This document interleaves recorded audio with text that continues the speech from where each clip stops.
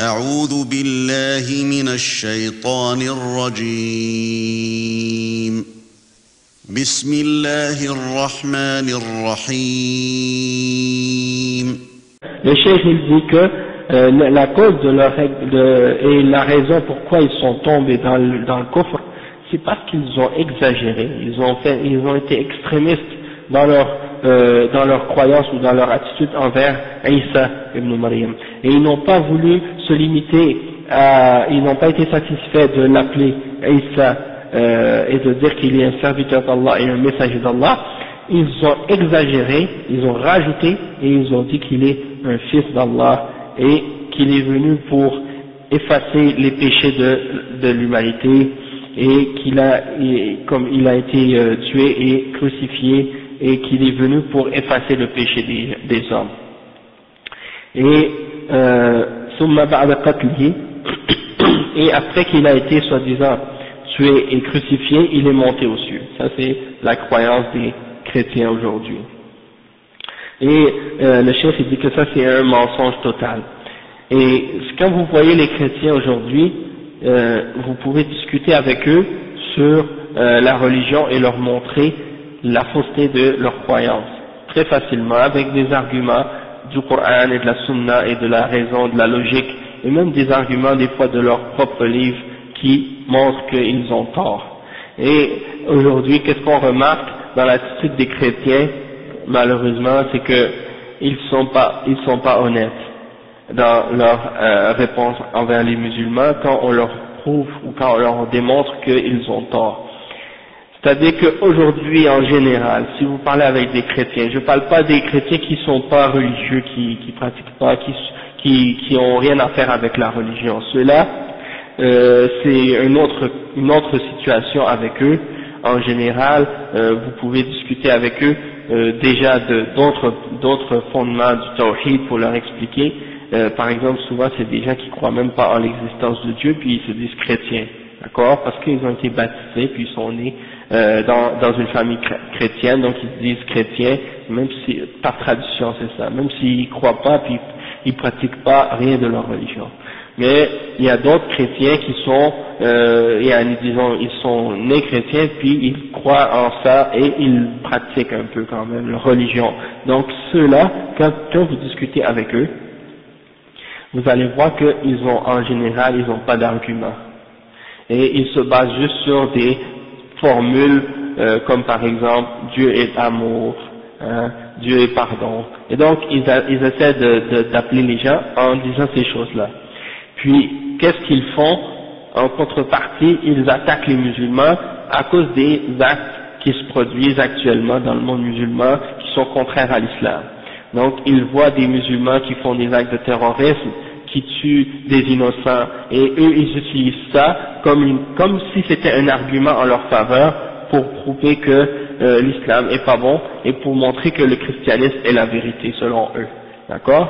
Et ça c'est pas un argument, parce que si des musulmans font des choses qui sont contraires à l'islam, ça veut pas dire que c'est en accord avec l'islam, et donc ça prouve pas que l'islam est mauvais. Puisque c'est faux, qu'est-ce qu'ils font ces gens-là, ceux qui font des actes de terrorisme et des choses comme ça, ils essaient d'utiliser la religion pour se justifier, mais ils utilisent les choses en dehors de leur contexte, et ils les prennent à tort et à travers pour les appliquer de différentes façons qui sont contraires à l'islam. Donc ils n'ont pas d'argument en utilisant ces exemples-là. Mais, en même temps, par exemple, chez les chrétiens, il y a eu beaucoup de choses qui se sont faites dans l'histoire qui sont contraires aux enseignements des chrétiens eux-mêmes, et ils ont fait bien pire. Donc, dans la Bible, c'est écrit, soi-disant que si quelqu'un te frappe une joue, tu dois montrer l'autre joue. Montrez-moi aujourd'hui les gouvernements des pays chrétiens qui appliquent cette règle. C'est eux qui sont en train d'écraser tous les pays dans le monde. Et puis après, ils disent tourner l'autre joue, et eux ils la tournent pas. Ça c'est un exemple. Mais le point que je voulais faire, le point que je voulais montrer, c'est que le fait d'essayer de discréditer la croyance d'un autre, ça prouve pas que ta croyance est vraie.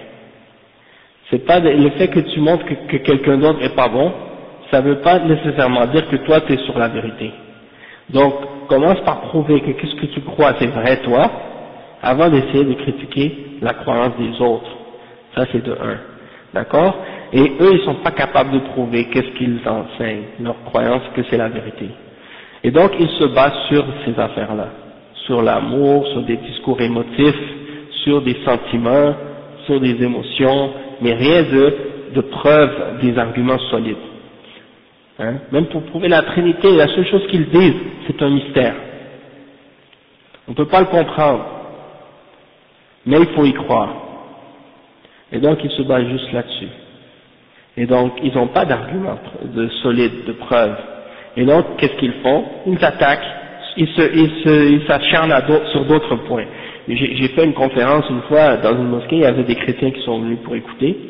Puis, j'ai fait une présentation sur l'islam, j'ai expliqué le tawhid, les fondements, la ilaha illallah, qu'est-ce que ça veut dire l'islam, j'ai expliqué la foi en les messagers, la foi en les prophètes, les livres, j'ai expliqué les bases de l'islam. Et bien, quand est venue la période de questions, sur quoi ils m'ont posé les questions, vous pensez? Sur les fondements de la foi, sur les fondements de l'islam, sur la croyance des musulmans? Non. Première question, qu'est-ce que vous pensez de qu'est-ce qui se passe en Algérie? Les gens qui tuent d'autres personnes. Qu'est-ce que vous pensez de qu'est-ce qui se passe en Afghanistan? Qu'est-ce que vous pensez de... Subhanallah, j'ai fait une conférence, je parle de la foi, je parle des fondements de la croyance, je parle du tawhid, vous me posez des questions sur d'autres sujets qui n'ont rien à voir avec ça. Mais c'est comme ça qu'ils pensent qu'ils sont capables de justifier qu'ils sont sur la vérité, en essayant de trouver les fautes chez les musulmans. Hein? Donc, d'utiliser les mauvais comportements de certains d'entre les musulmans, ça ne justifie pas leur croyance. Si un musulman fume, ou boit de l'alcool, ou fait des péchés, est-ce que tu vas dire, ça c'est la preuve que le christianisme est la vérité? Il y a des chrétiens qui font ça aussi. Hein? Mais nous, on retourne aux enseignements et aux règles dans le Coran et dans la Sunna, puis on voit que ces choses-là, c'est pas correct, c'est interdit, c'est les principes qu'on regarde. On regarde pas les gens. Si on se basait sur qu'est-ce que les gens font pour juger la religion seulement, eh ben, sans prendre en considération les principes et les enseignements, ben, dans ce cas-là, personne accepterait l'islam. Peut-être certains diraient, on n'accepte pas cette religion parce que les gens, certains musulmans, ils respectent pas. Mais il faut pas regarder qu'est-ce que les gens font. Il faut regarder les principes qui sont enseignés et essayer de les appliquer le mieux possible sur soi-même. Parce que quand tu vas arriver au jugement dernier, que tu vas être devant Allah subhanahu wa ta'ala, Allah subhanahu wa ta'ala va pas te demander qu'est-ce que lui ou l'autre a fait. Il va te demander toi, qu'est-ce que toi t'as fait.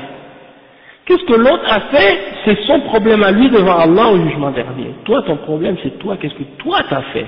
Chacun va être jugé individuellement. Même si nous, on est une umma, hein, la umma de l'islam, la umma des musulmans, aujourd'hui, on est tous des frères, on est tous une seule nation dans l'islam. Mais ça ne veut pas dire qu'au jugement dernier, on va tous être jugés ensemble, chacun va payer pour les autres, non. Chacun va payer pour qu'est-ce que lui, il a fait individuellement. Donc toi, si tu dis, par exemple, un chrétien, tu vois un chrétien, tu lui montres les principes de l'islam, les fondements de la foi islamique et le tawhid, il est d'accord, il dit oui, ça c'est vrai. Alors, il te dit par la suite, ouais mais dans les pays musulmans il y a de la guerre, dans les pays musulmans il y a ci, il y a ça, tu lui dis oui mais toi, tu as reconnu que c'est la vérité, tu l'as accepté, tu vas pas être jugé au jugement dernier par rapport à qu'est-ce qui se passe dans ces endroits-là et qu'est-ce que ces gens-là ont fait. Toi tu vas être jugé pour toi, qu'est-ce que toi t'as fait, hein, par rapport à ton Dieu, par rapport à ta religion. Donc concentre-toi sur toi, sauve-toi toi-même avant de penser qu'est-ce qui se passe chez les autres, d'accord? Qu anfusakum wa ahlikum, hein? Sauve-toi et ta famille du feu de l'enfer. Donc les gens aujourd'hui, c'est ça ce qui se passe, ils essaient d'utiliser l'égarement des autres comme une justification pour rester dans l'égarement eux-mêmes. Et ça c'est une erreur, hein? Donc ça c'est des fois c'est des shubuhat que des gens vont utiliser pour essayer de s'encourager dans le mal ou dans l'égarement.